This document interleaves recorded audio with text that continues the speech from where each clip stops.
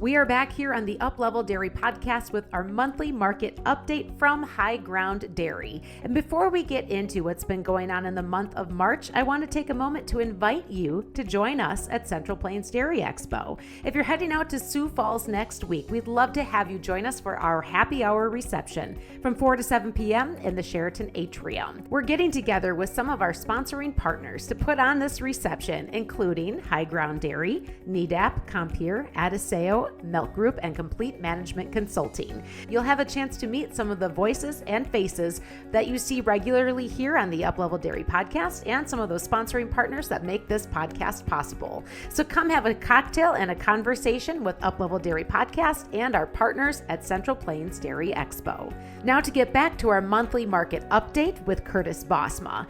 This episode is brought to you by HighGround Dairy. HighGround Dairy provides global dairy market intelligence, insurance services, futures and options brokerage, and advisory programs to a diverse range of dairy market participants throughout the supply chain.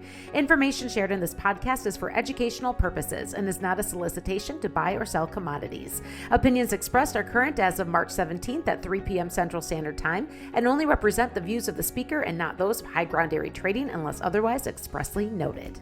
And now, Curtis, you are going to be joining us at Central Plains Dairy Expo. Yeah, so next week out in Sioux Falls, it'll be myself and Alex Gambonini coming out from California. Curtis, are you looking forward to joining us next week? Absolutely. It'll be a lot of fun. I think it'll be pretty easy to find Alex and myself. I am probably the tallest person in the dairy industry, and Alex is probably the smartest person in the dairy industry. So you won't get those two mixed up either. Well, I'm going to stand next to both of you guys, the smartest person and the tallest person.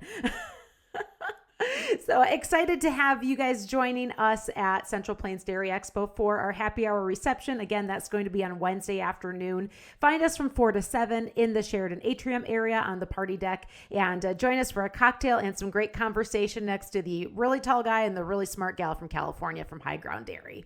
All right, Curtis, now we're going to get down to business. We got to talk about what's been going on in the markets. Give us our March update. Yeah, so I guess next week we'll have to determine whether we're having some drinks to celebrate what's going on or to commiserate what's been going on here. When you look at it from just an overall margin perspective of what's been playing out over the last month here, there's really been quite a lot of negativity, I would say, of what's been happening from the margin outlook. Here at the HighGround team, we publish once a week and again once a month for our subscribers what we call our margin monitor. And what that is we essentially just take a bunch of data points and assumptions for trying to triangulate what the average U.S. dairy farm profitability picture looks like going forward. So we're taking a look at class 3, class 4 milk prices, looking at even average component levels, different cost structures, feed usage, things like that, and essentially putting it all together to give us a barometer of where things are at. Based on our numbers here, we were looking at the potential for the second quarter of 2025, a margin, all things in, of about positive $3 per hundredweight for most of the fourth quarter of 2024. Now, rolling over the calendar into 2025, this has gone from about $3 positive to just about 50 cents per hundredweight positive as of where we were closing out the week last week. So that's about a $2.50 swing in the margin outlook for the second quarter. Of course, this will look very, very different depending on where you're at regionally, your milk composition, feed contracts, things like that. And that's where our services come in to really help tailor these things to get a true understanding of where you're at from a profitability perspective. But again, I think just, thinking of this and how significant of a move that is. I mean, $2.50 a hundredweight for an entire quarter of profitability is quite a scary move to think about there. We look a little bit further out onto the forward curve, looking at the second half of 2025. Things have also moved a little bit negative there. We haven't seen quite as much action. Most of it has been here on the front end with what we've seen in the cash markets. But yeah, margins have eroded by about $1 a hundredweight in the second half of 2025 as well. Still some opportunities out there for people that have been proactively managing margins, but I think it does kind of speak testaments of people that have been doing this for a while and do have kind of systems in place. They've been kind of joking with us about how they now want the markets to continue to move lower, which I don't think that's a healthy mindset personally, but it is an interesting mindset given now you've built this resilience in your business to where you are financially protected from negative price action in these markets. Oh, so Curtis, a little bit of a roller coaster in the last few months. So those that would have set their projections based on what 2025 looked like at the end of 2024, are you revisiting with some of those folks for some updated financials and to readjust their risk management strategy right now? It speaks testaments to some of the people that you've had on the podcast before as well that do more of the financial organization, CFO type work with dairies. If you're only going through your budget once a year, and let's say you did your 2025 budget towards the end of 2024, you looked at the futures market, you looked at things we're at, and you said, hey, 2025 is going to be a great year. And now 2 months later, you're end of the year and things have moved significantly. And my biggest fear with all of that is that people get blindsided by, hey, there was a big move that took place. If you're not actively looking at your budget and making adjustments to what's going on in the markets in real time, then these are the sorts of things that happen where we end up a little bit behind and we end up chasing this thing. It is kind of an unfortunate trend in our business from the risk management and margin management aspect, but I would say the majority of our leads come in for people looking for assistance to help solve these problems once we've already seen the capitulation move in the markets that have brought on tighter margins. It's typically not proactively like we would all want it to be, but that's something that I think is a learning lesson. Unfortunately, it can also be an expensive lesson to go through a little bit. But yeah, it's been a bit of a volatile year thus far. Curtis, you live and breathe these markets every single day, every minute of the day in the line of work that you do. So let's peel back the layers a little bit as to why things are the way they are based on what's been going on with cheese, butter, and the other things that you keep your eyes and your pulse on every single day. Yeah, so taking a deeper dive into things, not just the 30,000 foot margin outlook view, what's exactly going on here, starting with milk and milk production. We have the January 2025 figures are the latest that we have. We're going to get the February data here at the end of this week. It's really been the tale of different regions here over the last couple of months. We've been talking to no end, it seems like, about the impact that bird flu's had specifically in California as well as other regions. Again, California in January was down about 196 million pounds year over year in terms of milk production. But when you look at the states where growth has been happening, so we put Texas, Idaho, South Dakota as the three key growth areas right now, those for the month of January were up 198 million pounds. So that offsets all the losses in California. Overall, US were up 0.1% year over year for January. And I think that's something that is likely to continue here. We've seen those growth in those states, not a new trend, but something that's been taking place for a while. And I also think it's interesting and something that continues to be talked about and seeing headlines pop up all over the place about it is from a milk flow standpoint, even the states where we may be down in terms of milk flow, or even you look at overall U.S. production up 0.1%, that's not super impressive.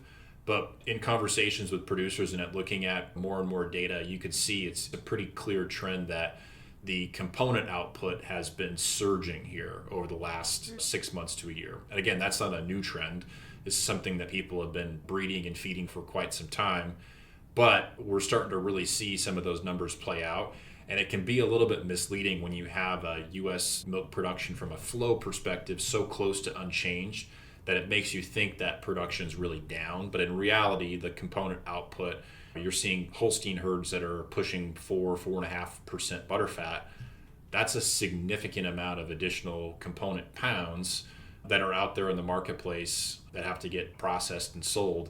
That's a little bit more difficult to track from the surface level.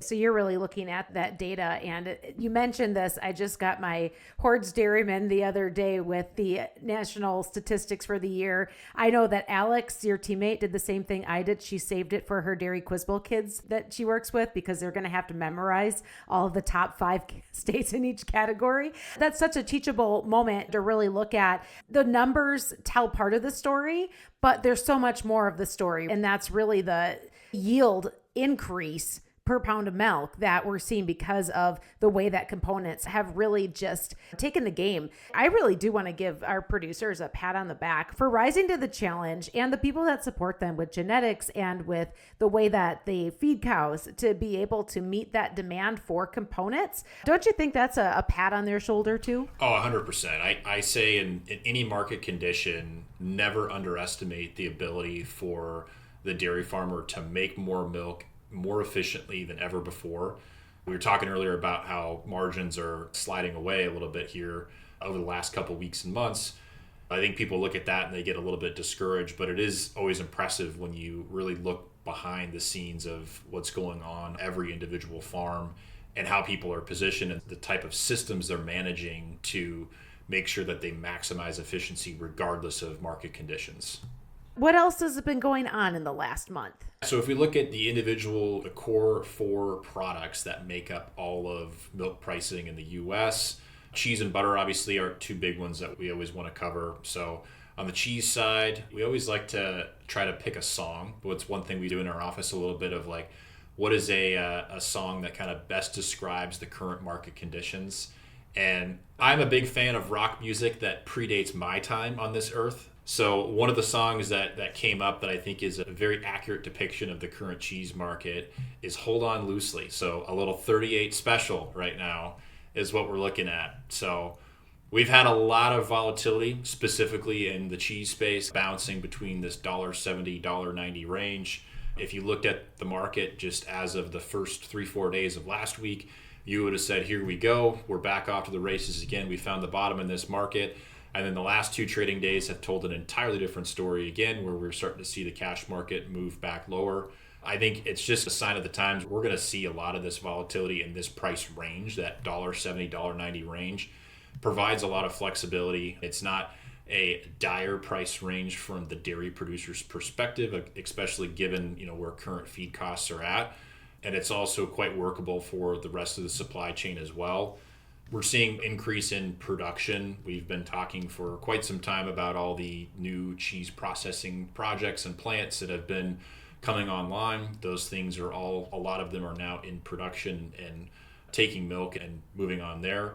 The big concern is really kind of on the demand side here, is domestic demand has been struggling a little bit. The January commercial disappearance numbers for our demand here domestically was down about 1% versus where it was last year. So we did see a little bit of a step back there, but overall demand has been up because exports have been solid.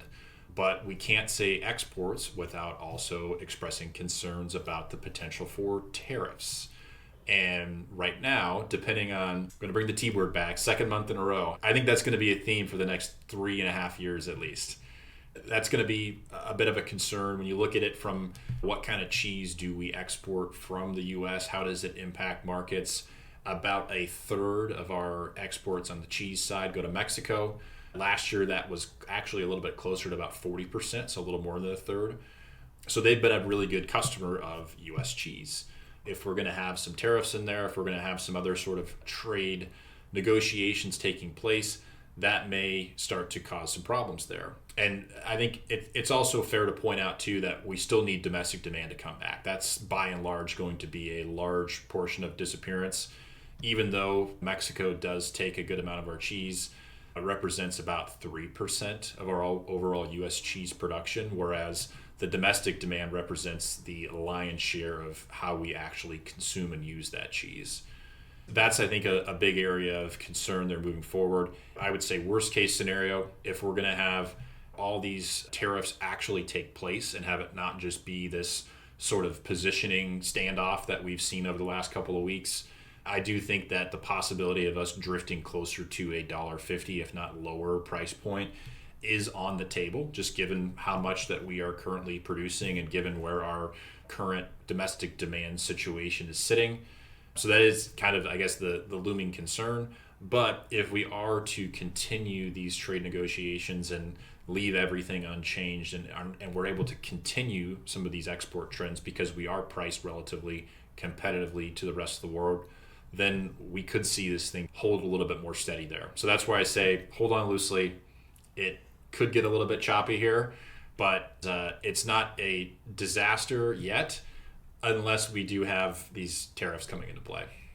Curtis, you talked about the softer domestic market, a little bit softer than what we normally see. Where's the gap there? And what's it going to take to get back to a more reasonable domestic consumption? Is this still related to consumer spending and dining, or is there some other factor that is really influencing that domestic consumption rate right now? You look at some of the numbers from a retail perspective, and they don't look all that bad. Everything's holding in there steady. The real issue is when you start to look at the food service sector of what's going on there, where different restaurant chains have been performing and where they have been struggling and things like that. And if you look at the larger chain restaurants in terms of their financial performance, particularly the ones that are publicly traded where we can look at that data and such, they haven't been doing so great the last couple of years. We've seen a number of closures of locations. We've seen some large staple chains that have been around for quite some time declare for bankruptcy. Those are all real things that send shockwaves through the demand side of things.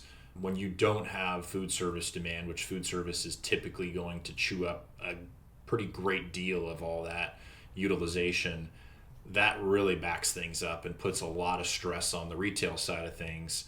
And it's really not putting everybody in the best position here going forward. Thanks for shining a little bit of light on what's really behind that softening of domestic consumption. And so I'll give it back to you. What else do you have for us, Curtis? The other big one, I think we have to talk about butter. Butter has been also struggling here, adding to some of the downward price pressure we've seen on milk prices over the last little bit. We talked about how milk production, component output, all those things are surging higher. We're also seeing a little bit of a setback domestically in terms of our butter consumption. So demand side has weakened a little bit. Production's been running pretty steady, if not slightly higher. One of the things we always look at there is cream multiples of how much cream is going to be diverting milk away from churns to be able to be made into other products. And those have been running at some historically low levels for quite some time now, which has been causing a decent amount of incremental milk to make its way towards the churn. Looking ahead at this year, I think we had a couple years where the balance sheet for butter was a bit on the tighter side, which caused the other end of the supply chain, your commercial buyers, people like that, to take a little bit more of a proactive stance with how they manage their inventories and how they manage their purchasing patterns. Now that we're a little bit in a more, I would say, balanced or more ample supply situation from a butter perspective, we're seeing a lot more comfortability kind of sitting on their hands, taking a bit more of a passive approach in terms of purchasing. If we do see some sort of supply hiccups, that could cause some whiplash moves later in the market. But as we currently stand right now, just given what we currently know about the activities taking place, the purchasing patterns, is that if nothing drastically changes on the production side, we're likely going to continue to see a little bit of softer prices there on the butter side here going forward. And then lastly, I think covering the milk powders, both dry whey and non-fat dry milk, both of them have also had some downward pressure on them, but for different reasons. Dry whey has been driven by all this increased cheese production capacity. The byproduct of that, of course, is whey. All of this additional whey that's out there in the marketplace initially, I think the demand, and we've talked about this a couple times, is always to get that into the highest possible value chain. But we don't necessarily have those channels set up quite yet. So initially, we're still seeing a lot of this commodity whey trading hands and ultimately making prices remain a little bit softer. When we get over to the non-fat side of things, it's much more of an international conversation because we do export a great deal of what we produce here domestically. The biggest customers from that, from an import perspective, are all out of Southeast Asia. We still send a decent amount to Mexico. Mexico is still always going to be our number one trade partner, just given the relative distance and things like that. But the market share that exists out there for being competitive in Southeast Asia, we have not been able to capture that. And when we look at some of the data coming out of Australia and New Zealand right now, their export sales are way up in milk powders. So it's likely that they've picked up a lot of that existing market share. We're not getting the call for that, at least where we are at right now. And we've seen production for non-fat dry milk, skim milk powder in the U.S. has significantly tailed off here in the last year and a half, 2 years, because I think there's been kind of knowledge that, hey, we're not necessarily going to get a lot of that Southeast Asia business here with the way things are shaping up. But even with that increased mix to products so that we're not making all that commodity style skim milk powder, non-fat dry milk, we're still seeing inventories back up. I think we're approximately at around 65 days of use in inventory based on where the January figures came out, which would be the highest it's been, I believe, since 2018. So that's been putting some additional pressure on prices there. And that's been something that, when the powder markets are soft, they have the ability to also soften other parts of the dairy complex, because non-fat dry milk can be used to fortify cheese vats and other things like that. So it's always something to keep an eye on of what's going on with those powder markets, because if they're not catching much of a bid and they're struggling to gain upward momentum, then that could start to weigh on other parts of the dairy complex as well. So what you're saying is if there isn't that export demand, there's some domestic demand, or maybe I don't know if demand is the right word, but there's a way to utilize those dry components, but not the highest value way. That's been kind of the struggle here. I think there is a brighter story to tell in the long run about these high protein wheys and the potential market opportunity that exists out there. And just there has been an insatiable demand for those products specifically. Unfortunately, that's not the way our pricing system necessarily works. Our pricing system is based off of what's the available quantities and what's the supply-demand balance between the commodity grades of cheese, butter, dry whey, and non-fat dry milk. And right now, because these processing plants are newer from a whey perspective, they're starting out with the commodity grade and then climbing their way up the value chain. So eventually we'll be able to capitalize on those market opportunities, but it will take a little bit of time to ramp up and be able to seize that.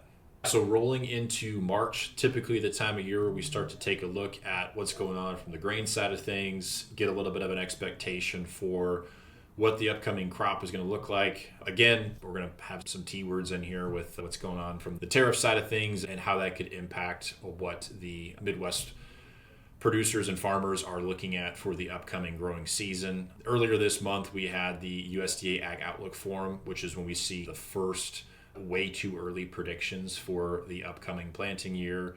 And even though they're way too early, the market does use this as its first indication of pricing out a balance sheet and figuring out what price levels do make sense to start pricing in that new crop corn for this upcoming year. Right now, just based on where things are at, there's obviously a bias to plant more corn than beans because of the potential for tariffs. We export a pretty significant amount of the balance sheet for the soybean side of things. So if we aren't seeing that demand because of potential trade tensions between the U.S. and China, it's highly likely that we see a lot of those acres shift to corn. So the initial number we were given is 94 million acres from USDA. They also were kind enough to put a corn yield out there of 181 bushels per acre. So that would give us about a 15.5 billion bushel crop, all-time record. That's definitely a big crop. Ever since we've seen some of these numbers work their way into the potential pricing of new crop, that's when we started to see the pressure get put back on this corn futures contract. So we have seen the declines in the milk price we talked about from a margin perspective, but we've also seen some pretty significant declines here over the last month or so on the feed cost side of things. So that's been a big one there. The usage side on corn, they did bump up slightly. A lot of that is tied to exports. I know right now in this current marketing year, we have been moving pretty good in terms of export pace. We're about a little over halfway through the overall marketing year, and we're about 32% higher in terms of our corn exports versus where we were last time at this point in time. A lot of that, again, going to Mexico. So big question mark on, are we going to have trade tensions? Is that pipeline also going to slow down? If that pipeline does slow down, again, negative for potential for the cheese market and the non-fat dry milk, skim milk powder market, but also potential negative for the corn market as we look at it here. And if we look at the soybean side of things here too, there was a reduction in acres down to about 84 million acres from this USDA number, a yield there that's still on the higher end of 52.5 bushels per acre. That puts us at a production of just under 4.5 billion bushels. The usage was bumped up on that, mostly domestically. There was a pretty steady number on the exports, but again, we'll see if that comes out to play. But I think the big thing to note as a dairy producer when looking at the soybean balance sheet for this upcoming year is just looking at the potential for that crush capacity, because our domestic crush was significantly upgraded in this last report. And with the biofuel boom that's been taking place over the last couple of years, it makes sense that we have that flexibility here domestically to be able to have that additional crush capacity.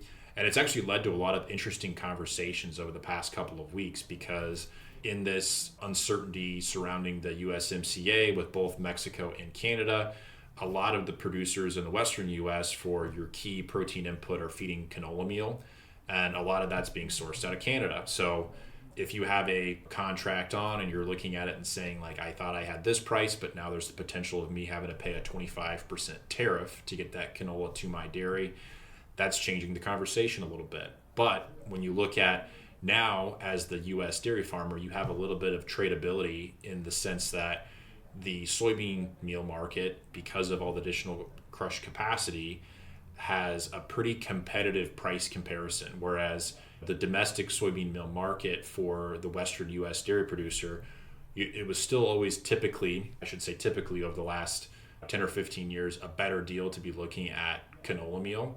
But because now we have all this additional soybean meal and crush capacity in the U.S., we may have some tradability in terms of if we're going to have a big tariff that's coming on the Canadian canola crops or anything like that, we would be able to trade into soybean meal, which is, it's nice to have that flexibility. So I would say that is the only tariff thing you can look at with the position of the U.S. dairy producer where, hey, we have options. In worst case scenario, we'll be able to trade into something else. But it is interesting because it will be a competitive from a price perspective, because now you're having a direct competition between two commodities to go to those herds and ultimately be fed out. So given everything that you've been sharing us, Curtis, with what's been going on in the markets, the dairy markets, the commodity markets, these trends, tariffs and trade, what are you having conversations with dairy producers about right now to set them up for success in the months ahead? Yeah, so I think a lot of the conversations now, it really hasn't changed all that much in terms of strategy from where we were 4 or 5 months ago. It's just continue to carve things out. We've got pretty good numbers in the back half of 2025 right now. If there's good numbers on the board, we're going to continue just carving away and making sure that we're putting ourselves in a good position so that if these trade tensions and if these market movements continue to weigh on the situation here, that we're in a good flexible position here going forward. It's going to be a little bit of a bumpy year here. I do think it may not be the roughest year, even if everything goes wrong, but having a plan to build that business resilience from the financial perspective is better than the alternative. And as we were saying earlier, my biggest fear with a lot of this is that there are good amount of producers out there that, because of how complex running a dairy farm is and just the general nature of it, is you have this complex web of systems that need to be maintained and monitored every single day, that sometimes some of these things like market movements for your milk price and your feed costs are difficult to stay on top of. And it's unfortunate when you had a budget going into this year and now the reality of that budget is coming to be a bit of a challenge. And that's something that we want to make sure that we can provide that clarity for people so that they understand from a realistic standpoint, okay, what happened here and how do we make sure that we're protected from these sorts of things on an ongoing basis. Curtis, for folks that are interested in having that conversation, getting to know you a little bit better, as well as Alex from your team.